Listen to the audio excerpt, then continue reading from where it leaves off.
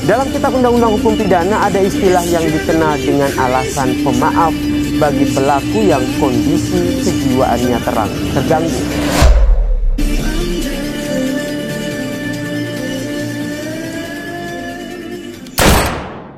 Assalamualaikum warahmatullahi wabarakatuh. Shalom, Om Swastiastu, Namo Buddhaya, salam kebajikan bagi kita semua. Pertama-tama saya akan memperkenalkan diri saya.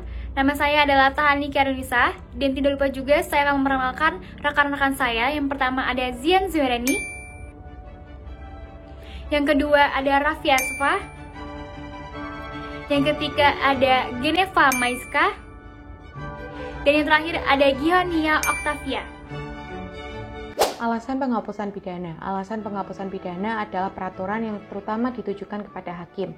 Peraturan ini menetapkan mengenai keadaan pelaku yang telah memenuhi perumusan delik, sebagaimana yang telah diatur dalam undang-undang yang seharusnya dipidana tetapi tidak dipidana.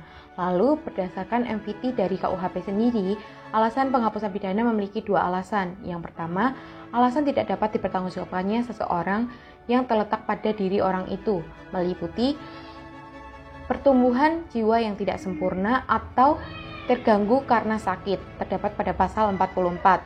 Yang kedua, umur yang masih muda. Mengenai umur yang masih muda ini, Indonesia ataupun di negeri Belanda sendiri sejak tahun 1905 tidak lagi menetapkan sebagai alasan penghapusan pidana.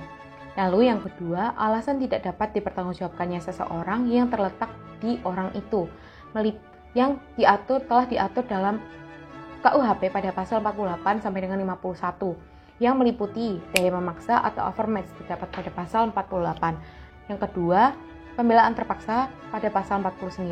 Yang ketiga, melaksanakan undang-undang terdapat pada pasal 50. Dan yang terakhir adalah melaksanakan perintah jabatan terdapat pada pasal 51. Dalam jenis-jenis alasan penghapusan pidana dapat dibedakan menjadi alasan pembenar dan alasan pemaaf. Dalam alasan pembenar yaitu alasan yang menghapuskan sifat non-hukumi perbuatan. Meskipun perbuatan ini telah memenuhi rumusan delik dalam undang-undang, jika mulut sistem berkaitan dengan actus reus atau perbuatan orang tersebut. Alasan pembenar yang terdapat dalam KUHP ialah pasal 49 ayat 1 yaitu pembelaan terpaksa, pasal 50 yaitu adanya perintah undang-undang, dan pasal 51 ayat 1 yaitu adanya perintah jabatan.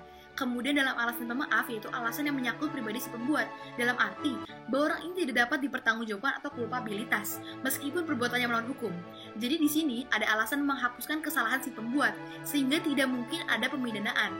Alasan pemaaf yang terdapat dalam KUHP ialah pasal 44 yaitu tidak mampu bertanggung jawab, pasal 49 ayat 2 yaitu pelampauan atas pembelaan terpaksa, kemudian pada pasal 51 ayat 2 yaitu dengan itikat baik melaksanakan perintah jabatan yang tidak sah. Ya, selanjutnya alasan penghapusan pidana umum. Yang pertama, tidak mampu bertanggung jawab. Menurut pasal 44 KUHP memuat ketentuan bahwa tidak dapat dipidana seseorang yang melakukan perbuatan yang tidak dapat dipertanggungjawabkan kepadanya karena ia kurang sempurna akal atau jiwanya atau terganggu karena sakit. Lalu yang kedua ada daya paksa. Pasal 48 berbunyi, tidak dipidana seseorang yang melakukan perbuatan yang didorong oleh daya paksa. Jadi daya paksa itu dibedakan menjadi dua hal. Yang pertama, paksaan yang absolut, dan yang kedua, paksaan yang relatif. Yang dimaksud daya paksa absolut yaitu dapat disebabkan oleh kekuatan manusia atau alam. Dalam hal ini, paksaan tersebut sama sekali tak dapat ditahan. Dan yang kedua, paksaan yang relatif. Yang dimaksud dengan paksaan yang relatif itu ada di istilah gedrongen atau didorong. Jadi ini menunjukkan bahwa paksaan itu sebenarnya dapat ditahan, tetapi dari orang yang di dalam paksaan itu tak dapat diharapkan bahwa ia akan dapat mengadakan perlawanan. Yang ketiga itu keadaan darurat. Jadi dalam vis compulsiva atau daya paksa relatif, kita bedakan daya paksa dalam arti sempit atau paksaan psikis dan keadaan darurat. Daya paksa dalam arti sempit ditimbulkan oleh orang yang sedang pada keadaan darurat. Paksaan itu datang dari hal di luar perbuatan orang tersebut. Keadaan darurat itu terbagi menjadi tiga. Yang pertama, antara kepentingan dan kewajiban hukum. Lalu yang kedua, antara kepentingan dan kepentingan umum. Lalu yang ketiga, antara kewajiban dan kewajiban. Yang keempat, itu pembelaan darurat. Pembelaan darurat yaitu perbuatan orang yang membela diri itu seolah-olah perbuatan dari seseorang yang main hakim sendiri. Tetapi dalam hal syarat-syarat seperti tersebut, dalam pasal 49, maka perbuatannya dianggap tidak melawan hukum.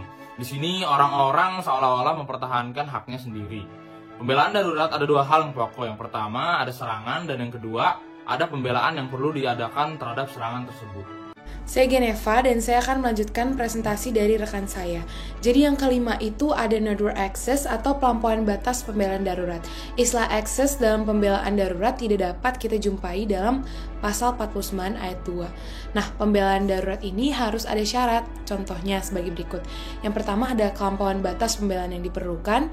Yang kedua adalah pembelaan dilakukan sebagai akibat yang langsung dari kegoncangan jiwa yang hebat. Jadi suatu perasaan hati yang sangat panas, termasuk di sini adalah rasa takut, bingung, dan mata gelap. Yang ketiga adalah kegoncangan jiwa yang hebat itu disebabkan karena adanya serangan, dengan kata lain antara kegoncangan jiwa tersebut dan serangan harus ada hubungan yang kausal. Yang keenam ini adalah menjalankan peraturan undang-undang. Pasal 50 berbunyi, tindak pidana seseorang yang melakukan perbuatan untuk melaksanakan peraturan undang-undang. Jadi dalam hukum acara pidana dan hukum acara perdata dapat dijumpai adanya kewajiban, tugas-tugas atau wewenang yang diberikan pejabat atau orang untuk bertindak untuk dapat membebaskan diri dari tuntutan. Jadi untuk dapat menggunakan pasal 50 ini, maka tindakan harus dilakukan secara patut dan wajar. Jadi dalam tindakan seperti ini tidak ada daya paksaan dalam pembelaan darurat. Harus ada keseimbangan antara tujuan yang hendak dicapai dengan cara pelaksanaannya. Nah, yang ketujuh ada melaksanakan perintah jabatan sesuai dengan pasal 51 ayat 1 dan 2. Bisa kita lihat sendiri, pasal 51 ayat 1 bunyinya adalah tindak pidana seseorang yang melakukan perbuatan untuk melaksanakan perintah jabatan yang sah. Jadi orang dapat melaksanakan undang-undang sendiri, akan tetapi juga dapat menyuruh orang lain untuk melaksanakannya. Jika seseorang melakukan perintah yang sah ini, maka ia tidak melakukan perbuatan yang melawan hukum. Nah, yang kedelapan ada itikat baik dalam melaksanakan perintah jabatan yang tidak sah, yang sebagaimana termaktub dalam pasal 51 namun di ayat 2, yang melakukan perintah jabatan yang tidak sah. Suatu perintah jabatan yang tidak sah dapat menghapuskan dipidananya seseorang. Perbuatan orang ini tetap bersifat melawan hukum, akan tetapi pembuatnya bisa tidak dipidana apabila memenuhi syarat. Yang pertama, jika ia mengira dengan itikat baik, ujur hati bahwa perintah itu sah. Yang kedua adalah perintah itu terletak dalam lingkungan wewenang dari orang yang diperintah. Sekian dari saya, terima kasih. Baik, saya akan menjelaskan mengenai alasan penghapus pidana yang ada di luar undang-undang. Yang pertama adalah hak dari orang tua, guru untuk menerbitkan anak-anak atau anak didiknya. Yang kedua, hak yang timbul dari pekerjaan seseorang seperti bidan, apoteker, dan penyelidik ilmiah. Yang ketiga, izin atau persetujuan dari orang yang dirugikan kepada orang lain mengenai suatu perbuatan dapat dipidana apabila tanpa izin atau persetujuan disebut dengan consent of victim. Yang keempat, mewakili urusan orang lain. Yang kelima, tidak adanya unsur sifat melawan. Yang keenam, tidak adanya kesalahan sama sekali.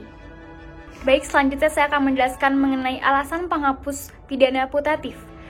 Ada kemungkinan seseorang mengira berbuat sesuatu dalam daya paksa atau dalam keadaan pembelaan darurat atau dalam menjalankan undang-undang atau dalam melaksanakan perintah jabatan yang sah. Pada kenyataannya ialah bahwa tidak ada alasan penghapus pidana tersebut. Dalam hal ini, ada alasan penghapus pidana yang dapat putatif. Dapatkah orang tersebut dapat dipidana? Sesuai dengan pendapatnya Van Belleben, orang tersebut tidak dapat dijatuhi pidana apabila dapat diterima secara wajar, bahwa ia boleh berbuat seperti itu. Ia dapat berlindung, dapat taksi atau afas. Ia tidak dapat dicela atas perbuatannya. Alasan penghapus pidana putatif merupakan alasan penghapus pidana kesalahan atau yang disebut dengan alasan pemaaf. Baik, saya akan menjelaskan mengenai alasan penghapus penuntutan. Di samping alasan penghapus pidana, masih ada yang disebut dengan alasan penghapus penuntutan. Dalam hal ini, ada keadaan yang boleh membuat seseorang membuat ketentuan pidana dan yang tidak boleh diterapkan, sehingga jaksa tidak boleh menuntut si pembuat. Alasan penghapus penuntutan di KUHP, misalnya, nomor pertama adalah pasal 2 sampai dengan 8, yang kedua pasal 61, 62 untuk penerbit dan pencetak, dan yang ketiga tidak adanya pengaduan pada delik aduan, dan yang terakhir pasal 76, pasal 77, matinya terdakwa, pasal 78 daluarsa. Terima kasih.